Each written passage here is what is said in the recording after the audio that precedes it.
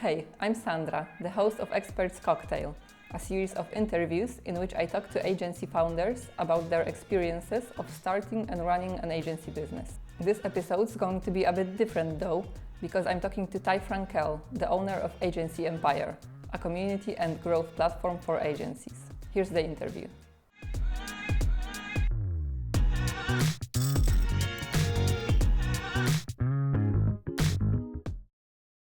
So Ty, usually in these interviews, I talk to agency founders, but this particular interview is going to be a bit different since what you do right now is you actually teach people how to start and scale agencies.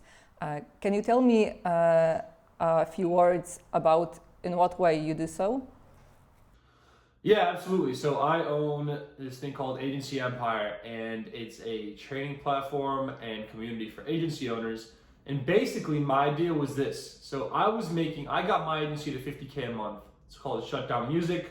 It's actually very unorthodox. I've never seen anyone else with this type of agency. We did music for TV and film. So we were creating like hip hop and pop music for companies like Universal Music and Red Bull and Sony and Warner Brothers.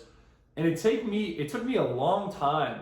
I thought it was a long time. I'm a very impatient guy. It took me a long time to go from like 5, 10, 20,000 a month to over $50,000 a month.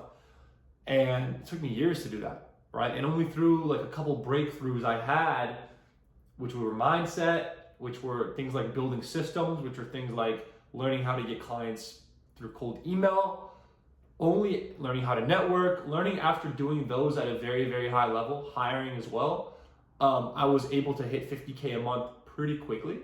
So that was my goal with Agency Empire, to have these agency owners come in, they're making 5, 10, 20, 30K a month, and help them get to 50, 100, 200,000 a month, 5 to 10 times quicker than I was able to get there. And it probably took me about 3 or 4 years to get there. So my goal is to get everyone in there, to 5, 10x their monthly revenue in the next 12 months. That's my goal. And you mentioned you started in the music industry. How did that happen? Yeah. How did you start? Man, I was a producer when I was 14. So I actually, how did it start? It started when I was like 5 years old. I just had a love of hip hop. My dad got me a little CD player when you put the CDs in, when you plug the headphones in. It might age me a little bit. I mean, I'm 24. But I used to love hip hop. And then when I was 13, 14, I started a hip hop blog. Actually, it's called Dungeons of Rap, where I used to like post about, new like underground hip hop songs, some more mainstream. But then I interviewed a lot of rappers as well. And I used to transcribe the interviews. I interviewed people like John Connor, was signed to Dr. Dre for a bit. I interviewed people like Masta Ace, who's Eminem's idol. And then I was on a hip hop forum called Yahoo Answers, right? Where I was like talking about hip hop, learning about new songs, things like that. And then people started downloading this program called FL Studio, and they started producing. And I was like, whoa, you can actually make hip hop. Like you don't need to just listen to it. You can actually make it. Like, this is amazing. So then I downloaded it May 5th, 2012. So actually, is today May 4th, 5th, 2022? It's basically 10 years, right, ago. I downloaded it, I fell in love, and then the process began where I started making music for rappers. Had found a little bit of success, but I couldn't make much money. Very hard to make money in that day as a producer. Eventually I started making music for TV and film as a freelancer, made some money that way, and then I grew my team out, kept growing it. Eventually we had 8 employees, over 60 artists on our roster, signed a joint venture label deal with Universal, signed a 6-figure-a-year contract with Universal and also with Red Bull, and won over 4 awards and had a lot of success. So how did you go from music to teaching agencies how to grow, and why did you make that switch? So what did I make the switch and how did I do that? Basically, it was November 2020, and what happened was I was going to basically become my client. So our business model was a music house.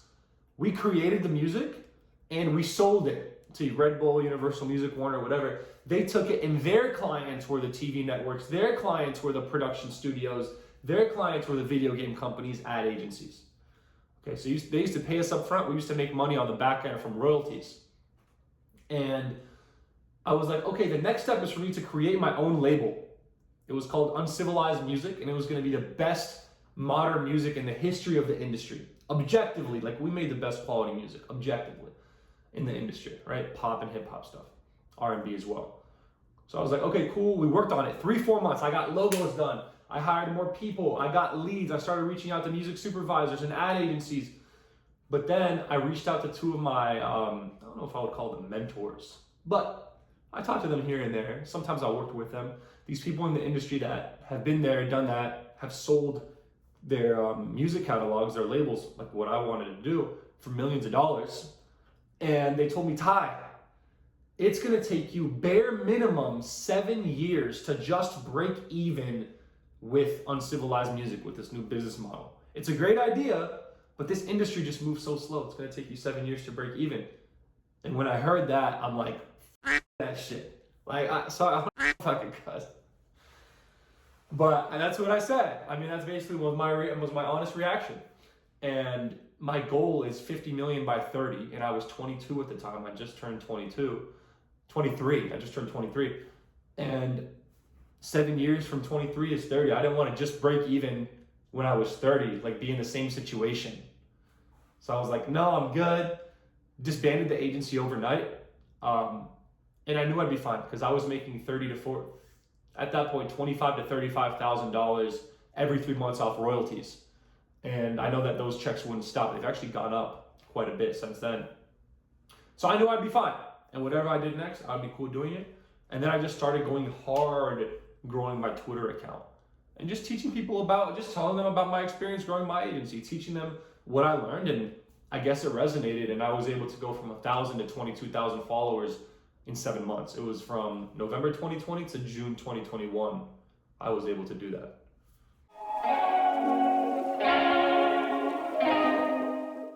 What's the biggest challenge you see people have when they want to start an agency?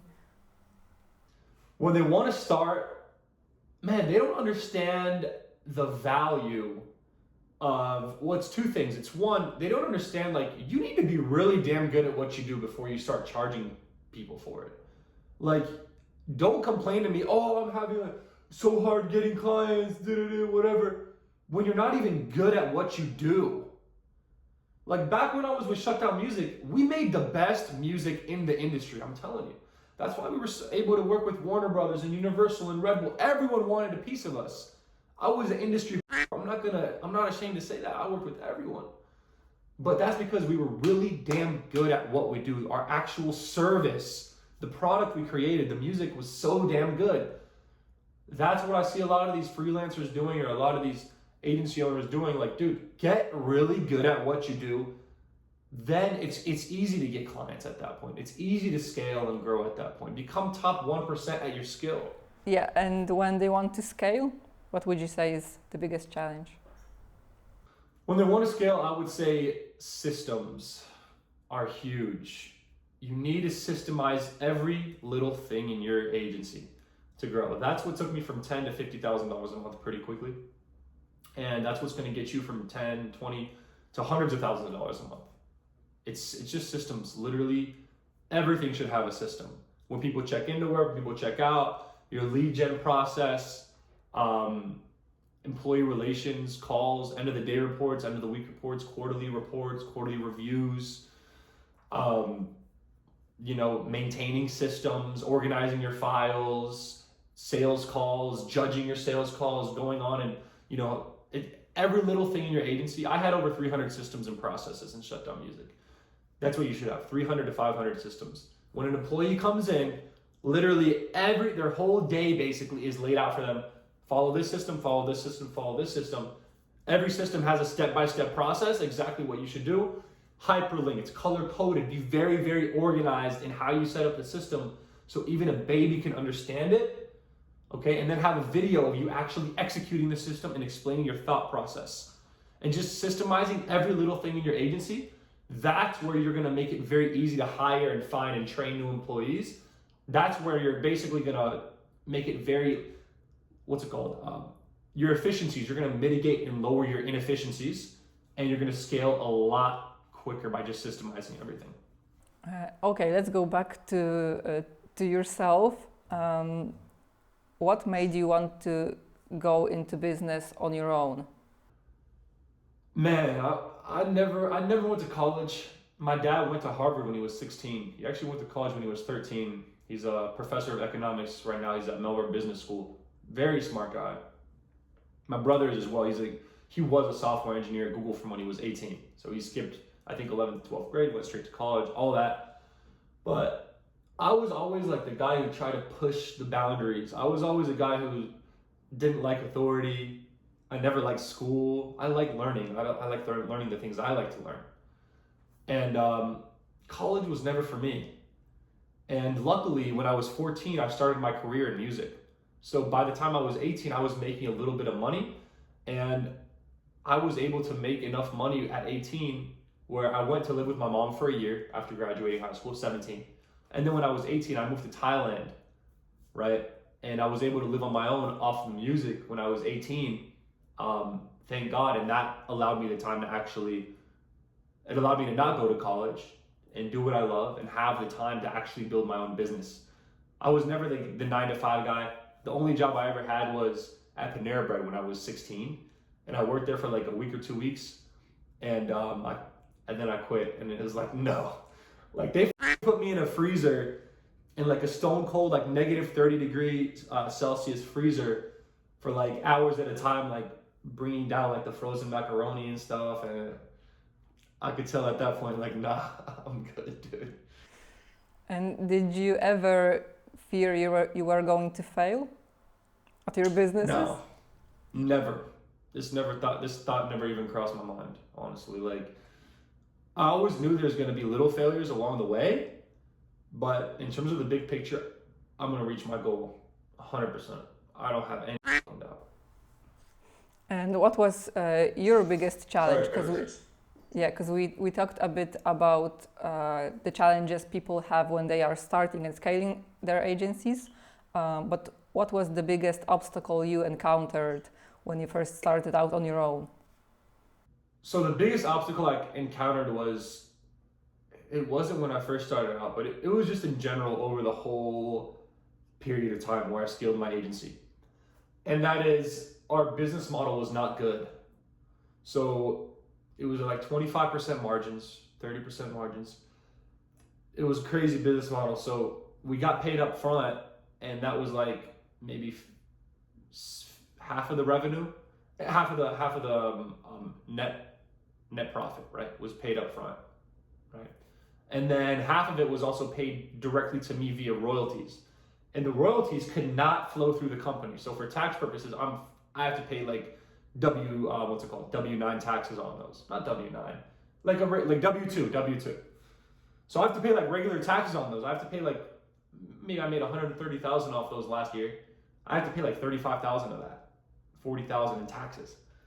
So that hurts. I can't run it through my company. And the business model is so bad. Our fulfillment was so robust. It's so hard to create a song. You need like 10 people. There's like a million steps. I'm going to stop cursing here. But there's a million steps. So the fulfillment was so robust. It counted so much on labor. It counted so much on these musicians who a lot of them were not necessarily the most responsible people as well. It took a lot of my time. And I had to hire all these like VAs from the Philippines for like $8 to $10 an hour, and these Western kids straight out of college for like $20 an hour, right? I'm talking about Europe or America. And at that point, our profit margin was still like 25%. And we were never gonna scale past 50, maybe 100K a month max. So the business model was just horrible. But I didn't know any better. I've been in music my whole life since I was 14, and I was like, how can I make money with music? This was the only way I figured how to do it. But we were never gonna get past 100K a month max, and the profits were only gonna be like 30%. So it's like, okay, it's a good starter business model, but there's not potential here to make millions, right? And to build a real empire. And that was my goal, and that's actually a big reason why I stopped doing it. But basically, business model is like, you could take a great business model and a mediocre entrepreneur, and they will 10x the amazing entrepreneur with a mediocre business model every single time. Business model is absolutely key with whatever you're doing. You need to make sure it's scalable, it's low friction. And what's the best part of running your own business for you? Oh, the freedom. Just being able to do whatever I want, whenever I want.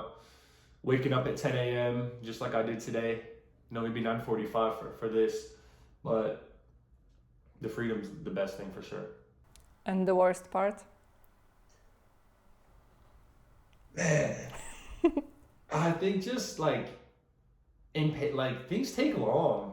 It's like, especially with agency empire, like it's the back end is so robust, the coding and the marketing and all that. Like, I just want things to happen so fast, and it's like they take longer than I think every single time. That's the only thing.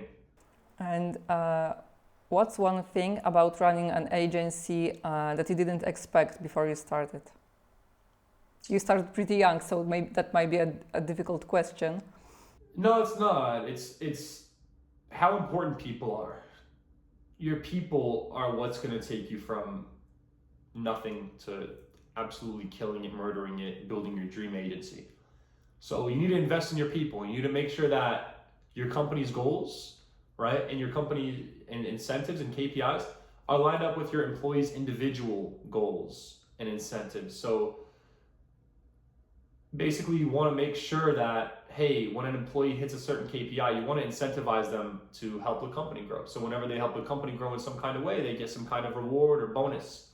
If they stay at the company and they're helping you grow and they're helping you scale, you want to make sure that you're helping them reach their career goals. Even if their career goals are one day owning their own business or one day not working with your agency, which is a very natural progression. You want to still invest in that. You want to still help them build skill sets that will help them in other roles and succeed in all areas of life, self-improvement. And doing that, I found, is the best way to grow your agency. So investing in your people and also building systems out. And was it easy for you to become a leader? You might have to ask my employees about that, my team, but I think I have a long way to go. But I've always been like a natural born leader. But there's so many little nuances with leadership and management that you have to learn that are not innate, or at least were not innate with me. So I would say it was easy for me to become a leader, but it's a process for me to become a great leader. And how quickly did you figure out that people are the most important part?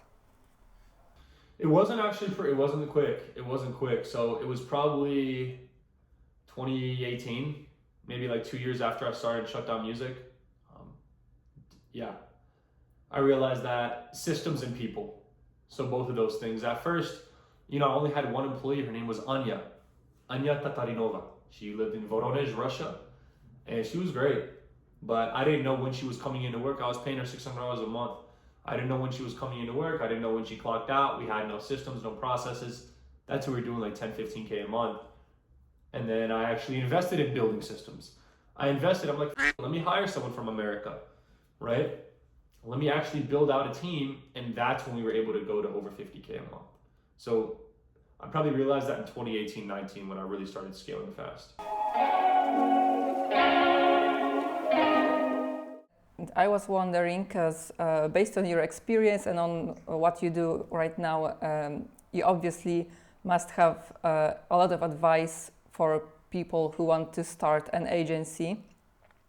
But could you point to one piece of advice that would be the most important in your opinion? Start an agency.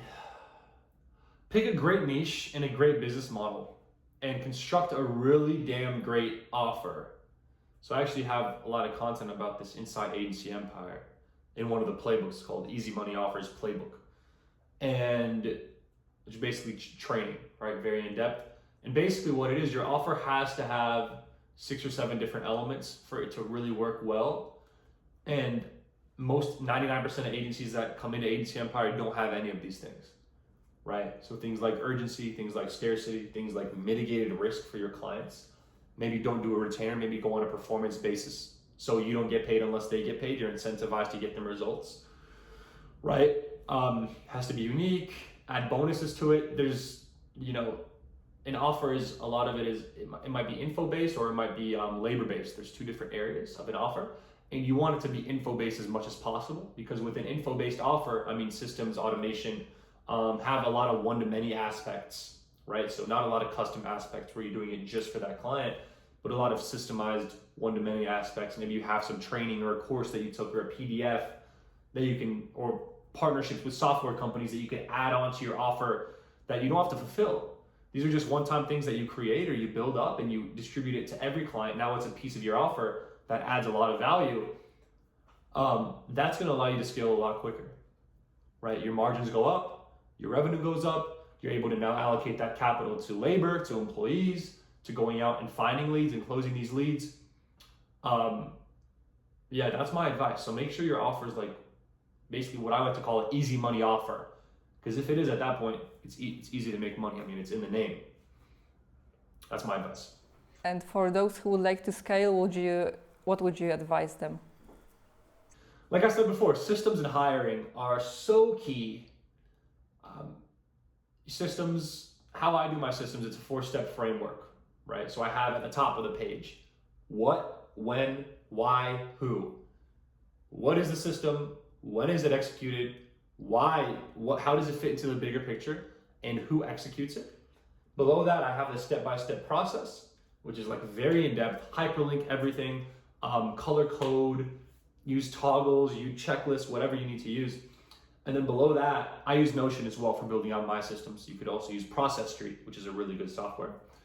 Below that, so right, the who, the what, when, why, who, step-by-step process. Below that, you have the video run-through. So go through the process yourself, explain your thought process on everything.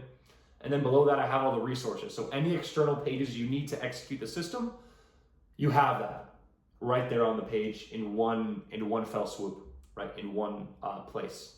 And just build these systems every day. Build one system a day.